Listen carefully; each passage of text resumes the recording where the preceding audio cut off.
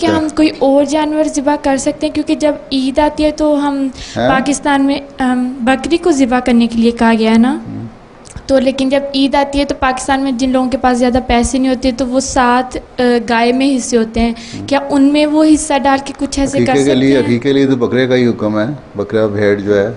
और लड़के के लिए 2 क्यों और लड़की के लिए क्यों 1? लड़की के लिए फिर ये भी सवाल उठाओगे कि लड़की जायदाद का हिस्सा जो है उसमें मर्द का 2 हिस्से क्यों है और औरत का 1 हिस्सा क्यों है?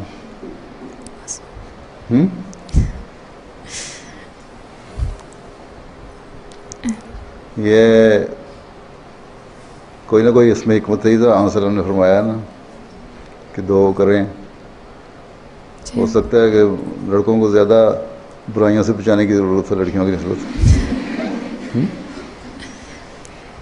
ठीक है, तुम्हें तो खुश होना चाहिए इस बात पे।